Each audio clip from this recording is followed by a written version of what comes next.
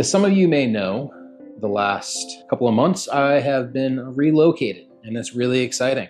I moved down to the Charleston, South Carolina area out of New Hampshire, and it's been glorious. It was time for me to do that hard reset in my life and get out of Dodge, get into a new sandbox with new people around to go and explore. And I wouldn't have been able to do that if I hadn't decided at least 10 to 15 years ago that I needed to fire my boss and escape the 9 to 5. I'm actually happy for you because it gives you the cushion and it gives you the ability to start building something on the side without taking the risk of giving up that income. The hardest part about starting a brand new business is the uncertainty and all the questions that you're going to have about, is this going to work? Am I going to make enough money? Am I going to be able to grow it? Is the niche that I'm looking at something that's even needed? But the beautiful thing about it is if you currently have a 9 to 5 job, you have stability. You have the ability to pay your bills, hopefully, on a monthly basis and maybe even put a little bit of money away. But the game has changed in being an entrepreneur a lot in the last probably 10 years or so, where you can start an online business now with very little risk, very little overhead, and you can do it successfully by putting in 1 to 2 hours a day after you're done with your job, maybe a couple of hours on the weekends, and you can start to build something that is going to grow into the beautiful business that can now replace your income. And that's the best way to do it, if you ask me. Don't quit your job and go all in on trying to start this business when you don't know if it's going to work yet. Trying to start a business while you still have your job, you have the stability and you have everything put together that allows you to have the leverage of that income to start your business. And as you're growing it, you're going to start finding out what's working and what's not working.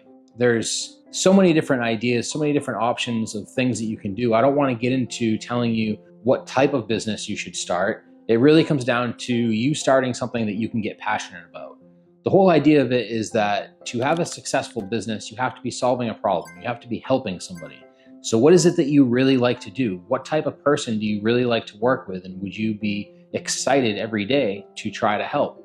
There's a lot of different things. Like I said, you can do all kinds of different stuff. Try to do something where it's online. It's going to have a very low overhead, and you might even be able to hire somebody online to help you put in some work while you're growing this business. See, one of my businesses, I do marketing and help out small businesses to grow their brand and to grow their business. And I have a software system that I use, and I have a web designer who's kind of my Swiss Army knife of digital stuff that is in the Philippines that's able to do the work for me. So to give you an idea, my job is to go out and drum up the business and drum up the clients and let them know what we can do for them. And then I have Miguel, who's in the Philippines, that's there, that is able to help me fulfill on the things that I need to do. Because I do like marketing, I do like helping companies solve that problem and build better systems, but I'm not the best guy to be building the website, to be building the system. I understand it, I understand why they need to do it, but I don't have the ability to build it as well as he does. So why not just lean on somebody else?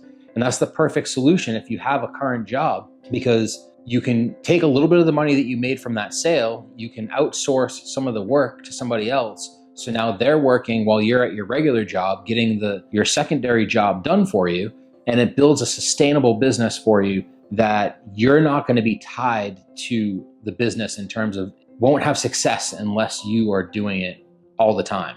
So that's the best thing about my marketing business that I really love, is that it gives me leverage. And I have other businesses that I also have leverage. I have a network marketing business that gives me a lot of leverage because I spent 5 to 10 years working really hard in that, and I built up an income that comes in every single month.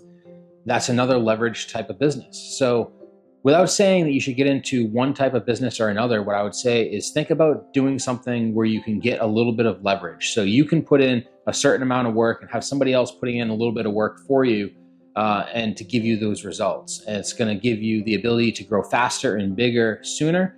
And then over the course of the next few months to a year, you can start to work on replacing that income at the job that is not fulfilling, that is basically taking away your dreams, and you can build something that is beautiful, that you own, and you can even sell someday if you wanted to on the side. So Like I said earlier in the video, I don't want to tell you exactly what you should do, but I think the most important thing is that you decide what you're really passionate about and try to start a business around that.